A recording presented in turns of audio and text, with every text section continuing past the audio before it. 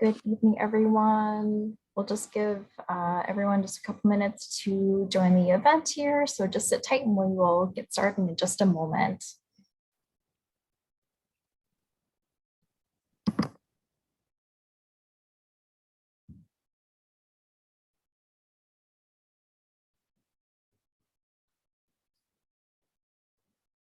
See some new folks joining our event here. We'll get started in just a moment, just giving everyone some time to log in.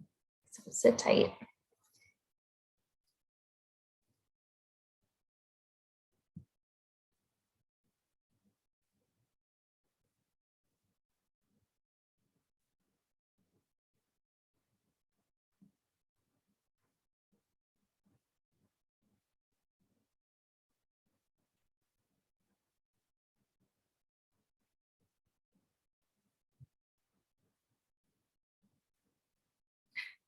Okay, so let's get started here. Good evening and welcome to Milwaukee Public Library. Happy International Women's Day. My name is Kelly, the library's adult programming coordinator, and my co-host is Beth, adult services librarian at East Branch Library. Tonight, we are very pleased to welcome Melissa Scanlon to discuss her exciting new book, Prosperity in the Fossil-Free Economy, which is out now from Yale University Press. Joining her in conversation this evening is Tom Heinen, who has also served as the Executive Director of Interfaith Conference of Greater Milwaukee, as well as the Religion Reporter for Milwaukee Journal Sentinel. Drawing on her extensive experience founding and directing social enterprises and her interviews with sustainability leaders, Melissa Scanlon provides a legal blueprint for creating alternate corporate business models that mitigate climate change, pay living wages, and act as responsible community members.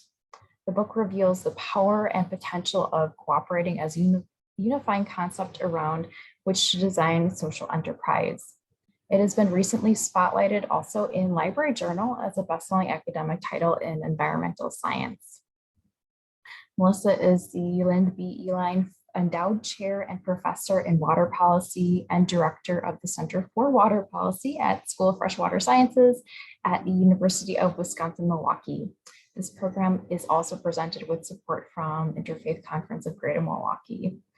There will be time for Q&A at the end of their presentation, so we'll hold on to your questions until we reach that point in the program. Please feel free to use the Q&A box to share questions, comments, and thoughts on the presentation this evening. So with that, I will hand it over to Melissa. Thank you. Thanks so much to my host, the Milwaukee Public Library, and the co-sponsor, Interfaith Conference of Greater Milwaukee, as well as my own Center for Water Policy. It's great to be here. I am going to start sharing my screen. I have some slides I want to share with all of you, and then we're going to open it up into conversation. So for now, we'll just do the monologue part, but I hope that you post your questions throughout. I'm looking forward to hearing from all of you. So I just want to start by saying we're living through a pretty grim time in the world right now. So I'm going to invite you to leave that world for a moment and travel together to a near future of, say, 2035. And I want you to envision what that near future could look like with me. Cleaner air and quieter streets when we no longer have combustion engines and fossil fuel emissions from utilities. Vibrant markets supporting organic local farmers and producers, leading to healthier people. Imagine affordable, clean, and reliable water due to investments in green infrastructure. Greater access to jobs and more stable middle-class neighborhoods due to a proliferation of worker-owned democratic enterprises. And imagine, related to all of that, more robust democracies, a more robust democratic political life fueled by workers and consumers' participation in all of these democratic enterprises and the economy. So if you like that future more than our present, I will invite you to stick around for the rest of the conversation. The way this is going to proceed is in three parts. I'm going to talk about the present challenge, so that will be part of the grim part. I'm going to talk about sustainable business design. I'll highlight some of the path breakers who I met during my research trips throughout the US and Spain. And then I'll draw it together throughout in some lessons for a livable planet. So the present challenge. According to the IPCC, that's the Intergovernmental Panel on Climate Change, their report in August 2021 was that major alterations in natural global systems are already well underway, and without significant changes in human behavior, such as how we interact through our economy and through our businesses, our future is not looking very good. We're at the highest level of CO2 in the atmosphere in over 800,000 years, and we've increased temperature globally by 1.1 degrees Celsius since 1850. Now, I know that seems really small, but it actually already has really large consequences. And so we're seeing sea level rising, drought, heat, fire, severe storms. All of this is already present, even with 1.1 degrees Celsius increase in global temperature. And sadly, the IPCC indicates that we've waited so long that nothing can stop climate disruption from intensifying over the next 20 years. Average surface temperatures are going to continue to rise over this period. The sea is going to continue to rise. The question is, how much? And if we want to avoid extreme suffering across the world, the agency tells us we need to stop burning fossil fuels to reduce greenhouse gases to zero as soon as possible. And action in this decade is critical to those outcomes. Just remember what we experienced in the summer of 2021 alone, with multiple disasters across our country and across the world, any one of which would have been significant by itself in a single year. And yet we were experiencing them one after another and sometimes simultaneously, with Hurricane Ida, the floods in Germany, the Dixie Fire in California, the incredible heat waves across the Pacific Northwest. So if this doesn't help you focus, one last element of the IPCC that I want to highlight for you is in February of this year, so just a week or so ago, they released their latest report, and it documents food and water insecurity today due to climate change and an adverse impact on people's physical and mental health today. It says if we fail to reduce greenhouse gases, we will face a situation where the rate of global warming outpaces our ability to adapt. We're already seeing a mass die-off of trees and coral that's begun, and half the world's population is already highly vulnerable to serious impacts from the climate crisis. So the report that just came out last week or so calls attention to unsustainable development patterns that are increasing hazards for the world. Not some distant, far off future, but right now, right here, in many places all over the world. So, what is sustainable development? The nations that make up the United Nations all agreed to the Sustainable Development Goals, which include addressing climate change, that's Climate Action Goal number 13, but also go way beyond to many social and economic goals. There are 17, as you can see, and these are international goals, but the US is far from free of needing to address these broader social and economic disparities. And I want to show you this graph on inequality, income inequality in the US to make my point about this. I started getting interested in this and concerned about the trajectory of inequality while I was studying greenhouse gases and the problems with how our economy was generating excessive greenhouse gases. And I started seeing a pattern between both of them. Kubashevsky's research indicates that quality of life stagnated after about the 1980s in multiple countries throughout the world. And what that means is that the average person in the US or the EU in 2019 was no better off than in 1979. Now, I know that sounds crazy because you know that we had incredible growth in GDP and in the stock market. But Piketty's research helps to explain what's happened here. It shows that the benefits of the stock market value disproportionately and pretty obviously, if you think about it, go to those who invest rather than those who rely on their labor to earn money. So from what you can see in the graph is that from the mid 1940s to about the mid 1970s, the top 10% of Americans owned a much smaller share of total income than they do today, at a fairly stable level. But since that period, inequality has accelerated. And by 2007, the richest 10% of Americans took half of all the income. So not only is wealth disproportionate based on class, but it's also unequal based on race and ethnicity. And although I don't have the graph to show you, I talk about this in the book. In 2016, the average white family held 7 times more wealth than the average Black family in the United States, and 5 times more wealth than the average Hispanic family.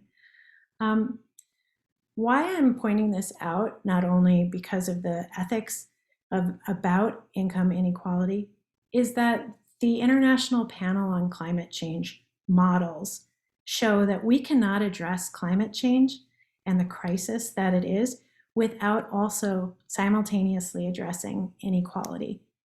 So we must really look at the root causes of both of these system failures. And that is the dominant business model. During the time from the 70s till now, the dominant business model was really the investor-owned corporation. And they do really, really well what they're designed to do. Their top priority is producing financial returns for shareholders without any real commitment to larger goals. And this generates inequality, leading to greater wealth gaps and creating dysfunctions. These systems reinforce discrimination and outcome disparities based on class, race, and gender, and between high consuming countries in the global north and low consuming countries in the global south. So we really need to rethink and redesign business enterprises if we are going to have a livable planet with greater shared prosperity. Now, I love this picture taken during the beginning of the pandemic in April 2020, and I have it contrasted with October 2019. This is New Delhi's India Gate War Memorial. And I use this picture to remind us of how quickly we can improve the air quality when we stop burning fossil fuels. And while the climate emergency is really frightening, there is so much space for opportunity to deeply decarbonize and reach the Sustainable Development Goals. And there's so much of an opportunity for us to, instead of thinking about reducing suffering, which is the focus of the scientific reports, we could design a better economy that allowed for shared prosperity. So that's the focus of my talk right now, and that's the focus of the book, is thinking through how to flip this crisis into an opportunity and redesigned for multiple objectives so that we are all better off in 2035 than we are today. So I'm an environmental lawyer by training, and the problem with environmental law is that it's really good at surfacing and correcting excess pollution, but it's very poor at transforming the economic activity it regulates. And I came to this conclusion after leading the Vermont Law School's environmental program and really taking a deep look at the outcomes in the environment and how after 40 and now 50 years of environmental law in this country, we keep losing ground on environmental outcomes. And that's because the economic activity that is influencing those outcomes is overwhelming anything that the law can do. That has led me to see that business law is really essential for sustainability outcomes. And you hear a lot today about ESG, environmental, social, and governance metrics for corporations. And a lot of corporations are doing sustainability reporting. The Global Reporting Initiative is the most widely used sustainability platform in the world. And the vast majority of the major investor-owned corporations do engage in sustainability reporting. That is a norm in the business world. That's all fine and good, and I think a positive thing. I am not saying anything negative about this kind of reporting. What I want to draw your attention to is that there's a disconnect between the reporting and it being a norm in the corporate world and the fact that it isn't resulting in sustainability outcomes. And the Global Reporting Initiative's own corporate leadership group self-reflected on this in a report in 2015 and expressed real concerns that the disconnect here is that the business model does not allow for significant progress on environmental and other sustainability measures because of the primacy of producing shareholder returns. So this is a pretty limited way to make any kind of changes. What we actually need is a more democratic economy, one that's of, by, and for the people. And what I mean by that is one where we have more owners.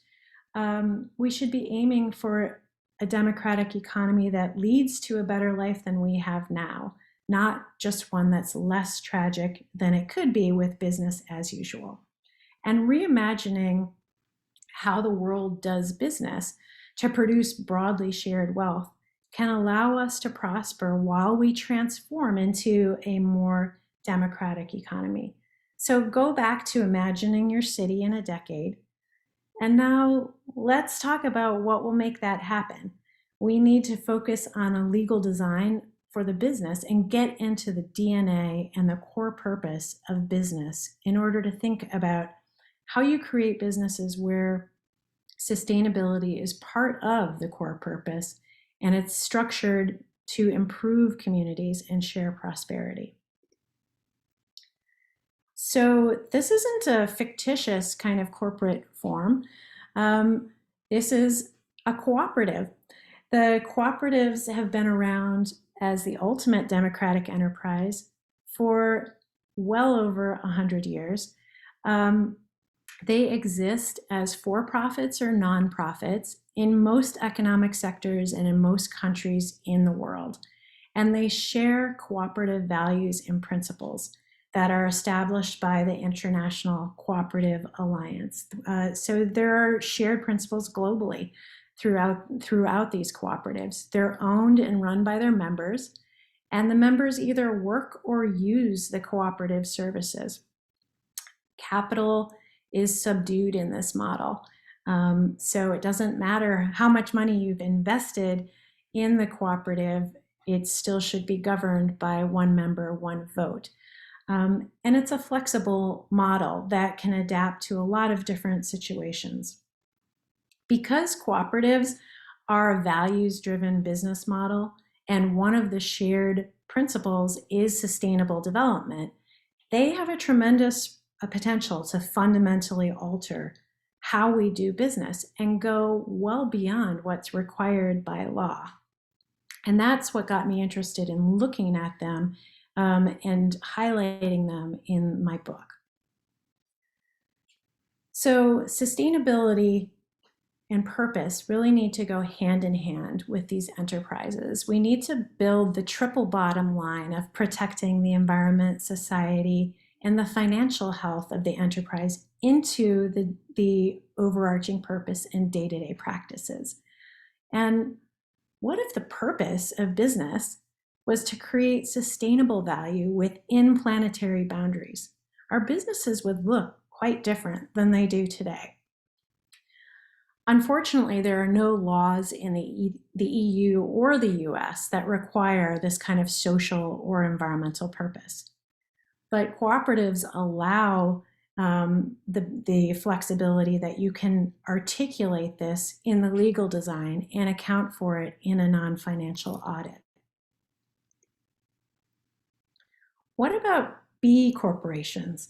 Many of you have probably heard about B certified corporations. This is a certification run by B Lab out of Colorado, and this is their certifications are great. They're super popular, but they're not necessarily the best way of structuring a business.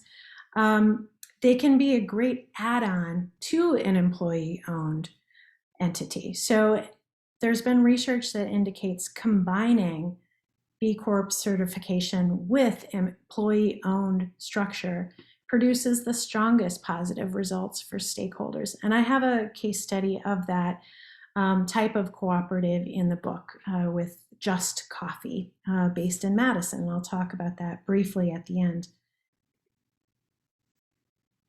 So cooperatives really need a durable legal design in order to maximize the cooperative values and principles. And they should articulate for their members and society at large what the difference is because they're a cooperative and not an investor-owned corporation. The principle 7 is concern for the community. And this means that cooperatives work for sustainable development of the communities in which they're based and through policies approved by their members. Improvement could start with grounding the legal design of the co-op, legal design with the co-op principles and values, and providing publications and training and tools for members and employees to set the sustainability goals in the day-to-day operations. In the book, I really spotlight Real Pickles as an example of having great bylaws and articles of incorporation. And this is a co-op in Massachusetts that shows how to integrate co-op values and principles into a really strong sustainability mission and purpose with their governing documents. And they've been able to grow over time with this durable focus on sustainability. They, for instance, explicitly include in their bylaws that they are democratically organized to support both ecological and human health. And that has implications for their supply chain and how they treat the employees that are worker owners. Their bylaws also expressly commit themselves to the co-op alliance principles, and they include a dissolution clause that removes any conflict between current members who may want to cash out of a very successful venture and future members. So they've very much thought ahead about how to build sustainable value over time. And I commend them for that. And you can see excerpts from their bylaws and articles in the book. Okay, so in this decade, I want us to think about the opportunity we have to redesign our economy to move off of fossil fuels and meet the Sustainable Development Goals. And that co-ops are really the best business structure to do this. The Biden administration has set goals to move us off of fossil fuels and invest in infrastructure. They want to cut greenhouse gas emissions in the US in half compared with 2005 levels. And they want to do this by using tax credits to incentivize homeowners and businesses to use solar energy, streamline local permitting processes to allow solar projects to be built, reward utilities for adding renewable energy to the electric grid. They want to see massive investments in the renewable energy sector and add hundreds of offshore wind turbines. And they've set a goal for half the new cars sold in the US to be electric by 2030. Sounds great. Although the bipartisan infrastructure funding that passed in 2021 will build a national network, will fund the building of a national network of 500,000 electric vehicle charging stations, there are two major problems. The ambitious climate legislation that President Biden has proposed with Build Back Better has been blocked unanimously by Republican opposition, plus one Democratic Senator, Joe Manchin, who represents the coal-producing state of West Virginia and has strong financial backing from the fossil fuel industry. The other problem is that nowhere in this agenda is there a prominent discussion about the businesses best equipped to make this transition. This is an opportunity for cooperatives to surface as the leading option for business design, and we really need to be cognizant of that kind of design as we try to engage in such a massive transformation of our economy. So what's the path forward? I'm breaking it into 4 sections here. We need to rethink and redesign our relationship with natural resources.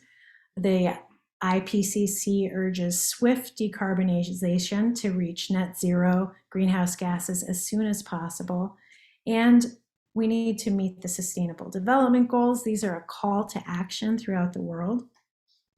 And it reminds us to address the socioeconomic implications of any transition to the clean energy economy. We need to think about the fundamental drivers of environmental outcomes being the business model and the organizational purpose, and identify an economic model like the circular economy to guide businesses, and then use non-financial reporting to gauge progress on this transition to reduce the quantity of raw materials being used and the greenhouse gases emitted, and closing wealth gaps, and so on. So a strategic focus on this is to look at the largest sectors of greenhouse gas emissions and then come up with an implementable plan for those largest sectors. Globally and in the US, greenhouse gases to extract, process, and combust fossil fuels for energy make up about 70% of greenhouse gas emissions. This is the biggest area for change. You'll see in the book chapters on the energy transformation, on food and agriculture, water, trade, and finance as the leading sectors that need to be transformed. And my book is full of stories about path-breaking cooperatives in each of these sectors that I highlight for real-world examples about how this is already underway and possible. It is not some fantasy of the future. So today I'm just going to talk about a couple of the sectors and a couple of the path breakers to give you a little bit of a taste for this. So let's start with the energy transition, since this is the most important sector. Bringing renewable electricity to the 1.1 billion, with a B, people who lack any electricity, and switching existing demand by all of us off of fossil fuels is going to be the biggest challenge and opportunity at transforming our economy in our lifetime. And disrupting the energy business model looks like this. It means focusing on energy efficiency and conservation, retiring all fossil fuel electric generating plants that do not capture their greenhouse gases, developing renewable energy generating capacity in the least environmentally destructive ways available, planning for greater electricity demand, incentivizing the switch to electric vehicles, investing in storage of renewable energy, and incorporating an abundance of customer-sited generation and storage, meaning home and business solar panels. And last but not least, emphasizing democratic ownership and participation models that reduce energy poverty. All of this means jobs in the clean, fossil-free economy to make these transitions. And co-ops should be emphasized as the business model to move us into this renewables revolution. So again, why care about the business model as we disrupt business as usual in emissions? We have a massive opportunity for co-benefits of building a more democratic society and reaching broader sustainable development goals, of bringing electricity to those who lack it and reduce income inequality while we're doing it.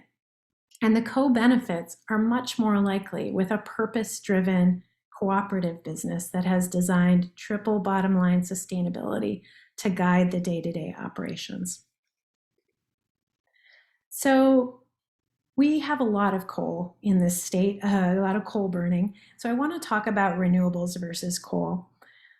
Global electricity generation is increasing and renewables are increasing.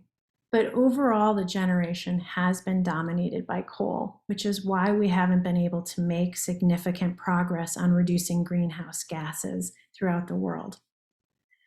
The positive right now is that we've reached the point where solar is cheaper than coal. And the US Energy Information Agency reported that in 2019, US energy from renewables exceeded coal for the first time in 100 years. So the business case for coal is not very strong compared to solar. That part is really good news for this transition. Now I want to talk about the history of US electricity generation by cooperatives, since I'm emphasizing them as the business form that should be dominant in making this transition to solar and other renewables. During the Great Depression, 10% of rural America was electrified, only 10%, and 7 holding companies dominated private power generation. The New Deal was focused on launching rural electric co-ops that would be locally controlled, mainly by farmers. And today, there are 900 electric distribution co-ops, 63 power supply co-ops, serving 1 in 8 Americans spread over half of our land base. Now, 40% of the electricity they produce is from coal, based on building coal-burning utilities in the late 70s and 80s. The good news is that those facilities are near retirement, and solar is now cheaper than coal. So renewables could increase quite rapidly with the proper policies to accelerate the pace. Currently, renewables, we know that renewables increased from 13% in 2009 to 17% in 2016 across all of the electric co-ops. So there's substantial room for growth. And the pathbreaker that I'm going to highlight for you shows what's possible even in a state that doesn't have policies to accelerate the pace. The pathbreaker I've featured in the book for this is Cobb EMC and Green Energy EMC. So this is a traditional electricity distribution co-op founded during the New Deal era, and they serve 200,000 members in Georgia. They're one of the top 10 largest electric co-ops in the US, the top 3 for power reliability and low rates, and simultaneously a leader in solar. So they got out ahead of this a decade ago in 2012 and worked with their Public Service Commission to install utility scale solar. And still in 2019, they had the most megawatts of solar of any US cooperative and the largest percentage of solar of any Eastern cooperative, up to 40% of their electricity is coming from solar on some days. Those would be the sunniest days. They are in a state, Georgia, that has no policies that particularly promote renewable energy or recognize climate change or set climate goals. So this really shows what can happen when you have a strong business case and a strong mission-oriented cooperative. On their website, they emphasize the International Cooperative Alliance's principles and values that I mentioned earlier, and they stress all 7 principles and their nonprofit structure as part of helping give them a purpose for moving in this direction. In 2019, they had 3,200 members attend their annual meeting to participate in the democratically run cooperative. And so they're also, simultaneously engaging people in a democratic ownership model as they're producing these kind of returns related to renewable energy. We could do so much more across the energy co-op sector with policy supports, and we need policies to promote renewable energy co-ops during this transition off of fossil fuels. So what can you do? I think about, where do you get your energy? Does your utility advance the triple bottom line that I've been talking about? Can you influence the business? Do they offer renewables? Can you opt out and self-supply with renewables on your home? Can you participate in a group to work for better energy policies that are more advanced than the current ones that exist in your state or locality? The next sector I want to talk about is finance. Banks play a critical role in determining whether we take the business as usual or the sustainable development approach. They determine access to capital with significant implications for growth and development of institutions. Whether or not a bank is funding a business like a cooperative or a fossil fuel business or a renewable energy business creates a path dependency. The Rainforest Action Network documented that between 2016 and 2019, the top 10 investor-owned banks funded $1 trillion, with a T, dollars worth of fossil fuels in that 4-year period. So climate finance investment devoted to mitigation and adaptation really needs to grow. And fossil fuel financing needs to end if we're going to make this kind of transition. The banks, having the investor-owned banks with this much money invested in the fossil fuel industry does not bode well for our ability to move off of fossil fuels in the time needed. Cooperative banks are really out in front of the pack when it comes to this. And the pathbreaker I want to highlight for you is one from Spain called Caixa Popular. You have a lot of cooperative bank options in Milwaukee in the form of credit unions. But I'm going to tell you about this one in Spain. And you can use it to assess if your bank is aligned with your values. So Caixa Popular is a Spanish stakeholder bank. It's owned by its employees and other cooperatives. It has a values-based purpose. It's focused on reducing waste, running its operations on renewable energy, and importantly, it has no loans to fossil fuel companies. and it did not engage in any of the speculative lending practices that caused the 2008 financial crisis and led to so many homes being taken back by the banks. It has complete transparency in salaries and caps between the highest and lowest paid employees. They use capital from individuals and cooperatives across various sectors to offer special benefits to cooperative members, like higher interest rates on deposits or support for cooperative training or an annual external audit. They help finance cooperatives to ensure that business sector is thriving. And to demonstrate how successful this model is, we can look at the numbers. In 2016, in the Valencian community in Spain, there were over 2,000 worker cooperatives with 21,378 worker owners. That is more than the entire United States. And we're just looking at one small region in Spain. There are bank cooperatives like this one with strong transparency and clarity about their mission remove any kind of tension between deciding whether or not to pay higher salaries or invest in environmental projects. Those kind of decisions just don't have to be made by this bank because they already know that they're going to invest in both. So what can you do? Ask whether your bank has strict salary policies with caps between the highest and lowest paid. Does it invest more in renewables than in fossil fuels? Is it measuring carbon dioxide emissions of its investments?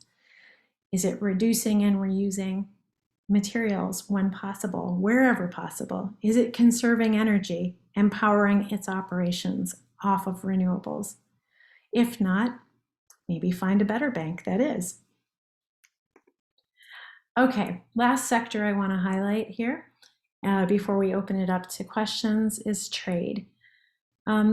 We all are involved in trading in many ways because our purchases are tied to trade across the world. What we often don't think about are the transportation-related greenhouse gases that are embedded in that trading that we're doing. The Paris Agreement that set greenhouse gas goals, and I should say a goal for limiting the increase in temperature globally, is based on emissions from countries. But it doesn't include emissions of greenhouse gases from transportation. If shipping were a country, in 2015 it would have been the 6th largest emitter of greenhouse gases in the world. I call these the phantom emissions because they're not associated with any country. And if we're not aware of them and measuring them and trying to reduce them, they will serve to undermine our ability to keep the planet from warming beyond 1.5 degrees Celsius. The other aspect of trade that interests me, and I hope you, is thinking about the impact on trading on the people who are producing goods and the people who are importing them. So principles of fair trade and solidarity are really important if you're concerned about those sorts of things. The pathbreaker that I want to highlight briefly here is one in our neck of the woods. It's a worker-owned coffee roaster called Just Coffee. They're a coffee roaster and distributor based in Madison, Wisconsin, and they participate in a supply chain of cooperatives. So what I mean by that is they only work with farmer cooperatives that are producing the coffee. They are participating with an importing cooperative that brings the green coffee into the United States. And then they are a worker-owned cooperative that roasts the coffee and distributes it to the consumer. They use transparency and the B Corp certification as strategies, along with being a worker-owned cooperative. And they post all of their coffee contracts online. So you can track any bag of coffee you get from them and see what the contract terms were with the farming producer cooperative. They're only buying organic coffee, and they power their roasting on renewable energy. They've been using carbon footprint tracking tools to keep improving how they do business. So they're not just resting on their laurels, but always in this circle of improvement. So that's the last one I'm going to highlight for you. I want to end with a message of hope. Hope is a strategy. If we encourage cooperatives to flourish, I think we really can mitigate climate disruption. We can create more owners, we can share wealth more equitably, and we can have a lot of fun doing it. We need to think collaboratively and work together as we try to transition the economy in this such a significant way. And we need to think internationally and how our actions are linked with one another across the globe.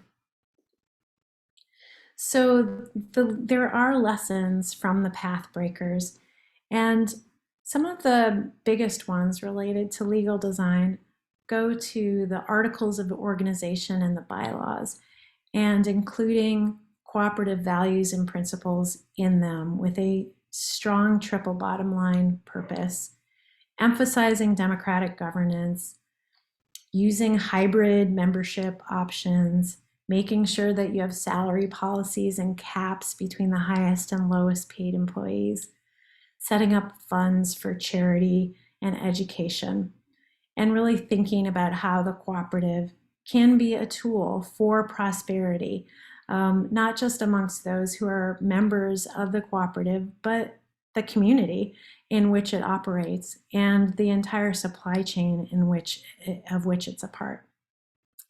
So with that, I'm going to close and open up the conversation. Thanks so much for listening to me today, and look forward to talking with all of you.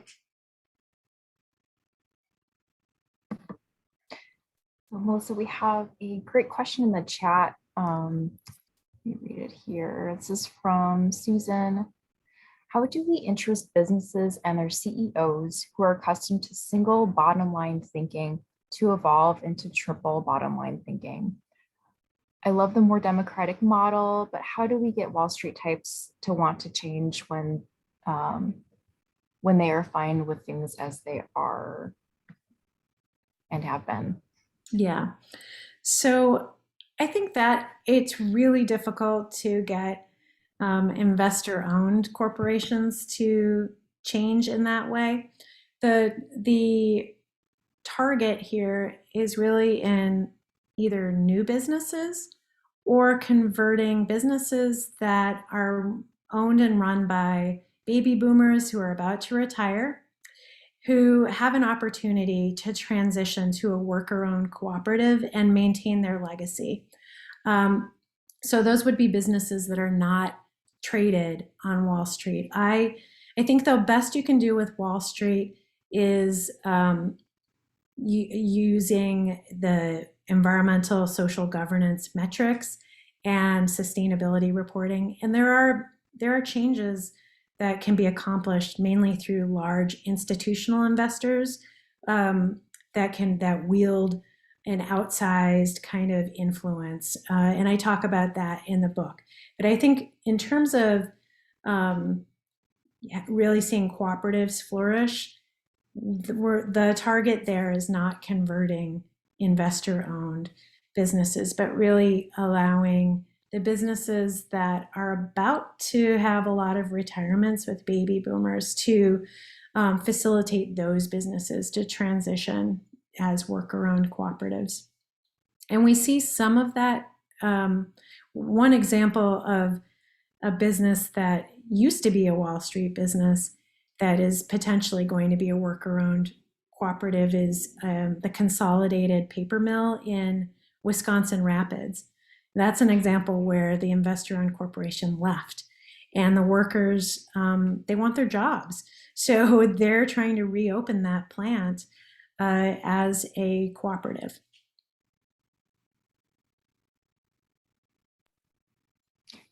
you. So we've got a few questions also in the Q&A here. David asks, my understanding is We Energies in Milwaukee does not buy back power for net zero buildings. How can we work to change their policy? Oh, that's a great question. I think working for something like that, you really need to work together with organizations that are focused on utilities and utility policy. And coming together as a group is so important for changing policies. It's really the group like I don't want to name any groups that are working on this actually because I don't want to bias people, but there are many groups working on utility policy, and I think if you do some Googling about that, you can get engaged. But that's where collaborating with each other is really important. Linda asks, have you seen any government policies that would give priority to cooperative businesses for government contracts? Milwaukee may have given some priority to a social enterprise type of business in a contract last fall. I don't know what ultimately happened with that contract, but I thought that was really innovative on the side of the city. I don't know if people are here who have been involved in that who could talk to it or post about it in the chat.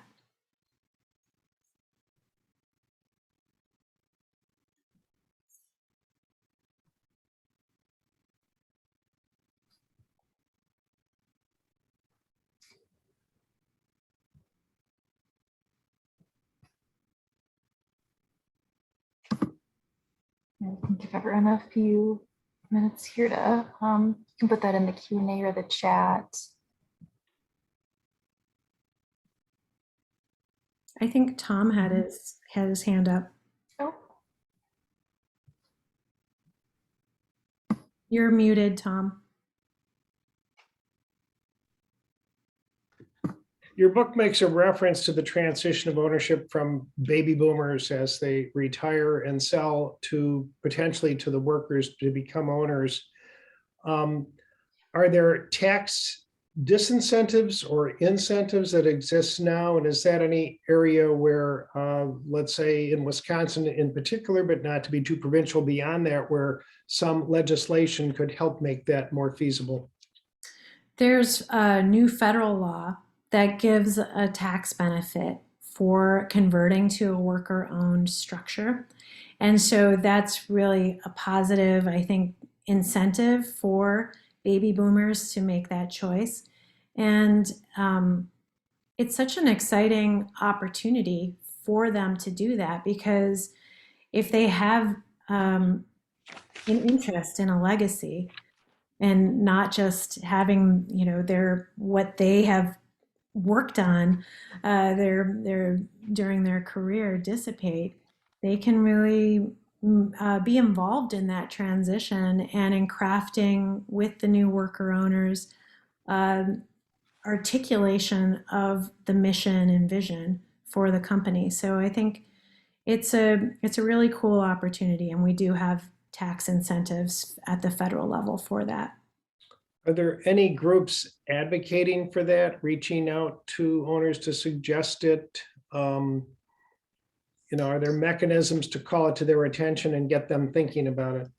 Yeah, so definitely not enough, but Madison, the city is focused on trying to instigate cooperatives within the city. And I know part of what they've done is they've identified businesses within Madison that are in this kind of realm and particularly focusing on manufacturers, and have done outreach to those businesses to try to educate them about the opportunity and get them thinking, planting some seeds in that regard. I have some questions, but I don't want to dominate here. I'd like to hear from others if they are out there. We do have some more questions from our audience. This is from Bruce. Melissa, I want to ask a question going back 10 or so years when I first met you. You were the organizer for a community garden behind your house. The community garden is not a legal co-op, but works cooperatively if successful. What did you learn about building a cooperative from that effort? Do you think that community gardens can be a springboard to the kinds of co-ops that you are now espousing? Most people do not have experience with co-ops. Thanks for the question. And boy, that was such a fun project. And I love that community garden and I encourage people to get involved in community gardens and try to build new ones because they're such a fantastic way to transform a space that might have been dead previously. In that situation, there was a boarded up building on that space, and we were able to work together as neighbors to have it removed and then work together to build this garden. And what I loved about the space, and I think it's really durable, is that it is a platform for participation. So I don't live in that neighborhood anymore. I'm no longer participating, but the platform is there. And there are plenty of other people who are participating in it. And I think you're right, it wasn't legally organized as a cooperative, but that is how cooperatives are run. They're run by the members for the members. And the members can change, but if you have the right structure in place, it holds the space for new people to come in and enjoy that institution, which is why I highlight the example of Real Pickles and their bylaws in the book, because one of the things that they were really looking out for in putting in a dissolution clause was they didn't want current members to try to have a windfall if the business was successful at the expense of future members. They really wanted to hold the space for future members, and they were really concerning themselves with creating a durable institution. And that's a different kind of goal than singular goal of wealth maximization. So I think just recognizing how different those goals are and how they lead to very different sets of relationships and incentives is important.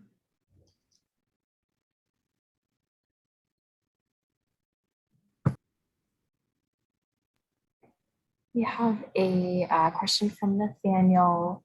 How can policy encourage family and friend run farms? And Nathaniel's referring to small cooperative farms. Thanks for the question, Nathaniel. I think that it's really difficult for small farms to benefit from farm policy. Most of our farm policy is oriented to mega farms because they're the ones who have the lobbyists who can produce the policy.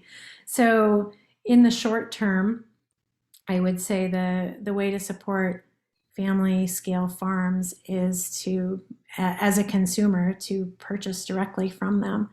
And to support cooperative food stores that have those relationships with the small farmers and are creating a market space for them, going to farmers markets where you can connect with them as well. Longer term, I think, again, working with organizations that can work on policy change and really raising up the issues of small farmers and including their issues at the policy level is important because they don't have the lobbyists to do it. So that's an area where nonprofits who are membership based could really assist as allies with small farmers to try to work towards policy changes that benefit them.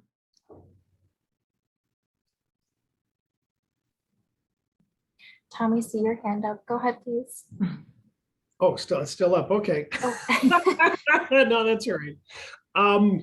So I've got two questions, one of which the second one might dovetail into the first a little bit. If someone is an individual and organization would like to either create a co-op or get involved with one and leverage to the extent they can, are there resources? And that leads me to what is the University of Wisconsin Center for Cooperatives? And then kind of a second part of that, I'm sneaking it in, but I will. You know, in your book, it certainly shows how they're, you know, in the rural areas, they have perhaps a more direct familiarity with co-ops than some of us in urban areas do. And there's often the talk about the political and social divides and economic divides between rural, suburban, and urban. But is there any opportunity for those that are experienced with them, the farmers in the rural areas, to combine forces with people in the urban and suburban areas to collectively do something addressing some of what you've raised?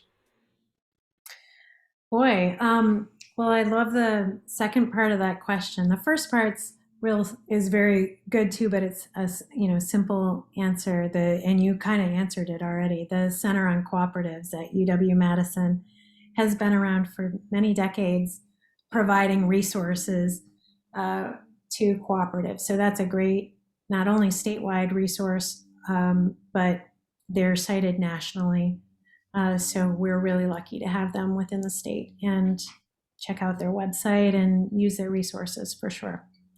And the second part of that, what you asked, I think is really an interesting question, because it raises a number of issues about solidarity and how you want to link people living in urban areas to rural areas, and perhaps consumers in urban areas to rural co-ops in areas outside the urban center. And I think that's a really interesting concept, and I would encourage you and others to try to develop it.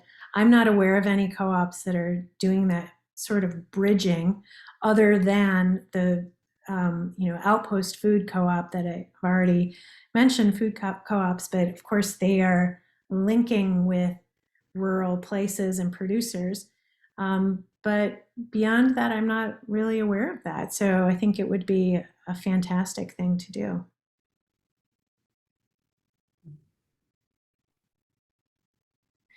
So we have a question from Nathaniel again. So this is taking our earlier question about the, moving from the Wall Street bottom liners to more of the triple bottom line. So how do we move as a world transition from a consumerist economic view to a Buddhist economics mentality?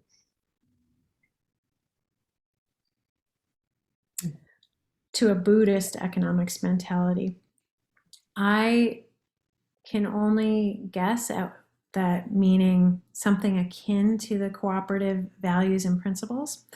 And so I would encourage you, Nathaniel, to look at the International Cooperative Alliance's values and principles and see if they are aligned with the Buddhist economy that you're thinking of. And if so, then you've got your model of how to do this. It's working within the structures that we already know about with cooperatives.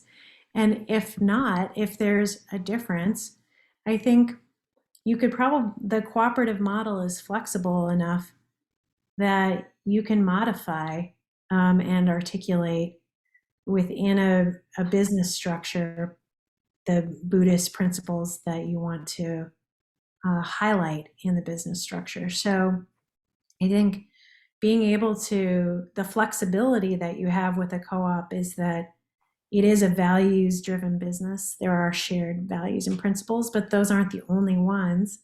And in fact, several of the path breakers that I highlighted in the book, they used the international values and principles as a springboard, and then they modified them to reflect their democratic membership concerns. So that's very possible. Can you repeat again the International Co-op organization's name, please? International Cooperative Alliance. Thank you. Okay, so I know we're running a bit over time. We also had a question about where can we get your book? So for the library, we do have many copies, and you can certainly go online to our catalog and place a hold today. Otherwise, Melissa, where else can folks get your book? Yeah, well, the library is the ultimate shared platform, right? So definitely go to the library. And of course, the book is available anywhere you buy books. So any independent bookseller could get it for you. Yale University Press has it. Amazon has it. So anywhere you buy books, you can find it. Um, and thank you to the public library for stocking it and having it available for people. I have a hat tip to libraries in my acknowledgments in the back of the book, so you should check that out. I can make a comment, having worked more than 30 years as a journalist, including being the reader contact editor, handling all the complaints for the largest paper in Wisconsin on fairness and accuracy and why we did things, that that Melissa's book is a deep dive, richly, really presented and bolstered with citations. And it actually is not afraid to look at both the beauty marks and the warts. You'll see the case studies where what works, what doesn't. It really gives you a sense that it was an objective exploration of it, which perhaps one should expect from both an attorney and perhaps a scientist. But it was, it's a lot of information, but there's a lot there that people can dip into to what appeals to them. And it certainly is documented, footnoted, and gives you a sense that you're getting good information. And I probably have 100 more questions, but you're running out of time, so okay. One question my wife had was, is this being taught? So I have a question. So we have a nephew who's studying business at the University of Madison. He's about to enter the master's program there in business. So is this, I'm really concerned that, is this stuff being taught in business schools? We often feed him books. I give him books for birthday and Christmas on this kind of thing, because he's telling us that not a lot of this is being touched upon or taught in the business schools. And wouldn't that be a good place to kind of try to encourage this kind of thinking? Okay, so first of all, Tom, thank you for your comment on my book. That was very nice of you to reflect on it that way. And secondly, this is a huge issue. Thank you for raising it. We don't really teach about cooperatives in business schools, nor do we teach about them in law schools. This is part of the problem. And I would love for my book to be picked up in both places and used as course text in, at the business school in Madison and at other business schools. So it is not taught there currently. They are talking quite a bit about sustainability. And what I gather from that is more along the lines of trying to work with investor-owned corporations to kind of nip around the edges of that, which is a perfectly laudable approach. It's just, it will not be transformational. And there are a lot of shortcomings to it. That's not to say don't do it. We need to try to reform investor-owned corporations simultaneously, right? But I think that you really hit on such a key issue there. And if anyone has ways of influencing curriculum at business schools or law schools, that is also a great way to suggest the book and suggest that professors there pick it up.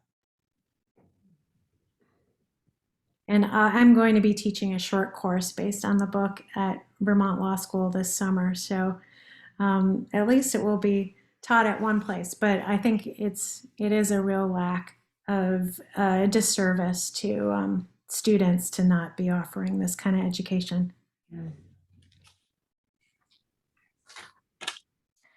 Well, I just want to thank you, Melissa, so much for your insight and expertise this evening. And thanks to Tom and Pat and the Interfaith Alliance of Greater Milwaukee. Thanks to everyone who attended this evening's program, and please head to mpl.org. And also be sure to visit our climate change page on the website as well for more great virtual events about sustainability and environmental topics. And again, you can pick up Melissa's book at our library locations or place a hold in the catalog as well. So have a wonderful and safe and cooperative evening, everyone. And thank you so much again for joining us this evening. All right. Thank you for having me to the public library and to co-hosting with the Interfaith group of Greater Milwaukee. So it was really an honor to be here, and I appreciate you guys hosting me. Thank you, Melissa. Thank you. Good night, everyone. Night.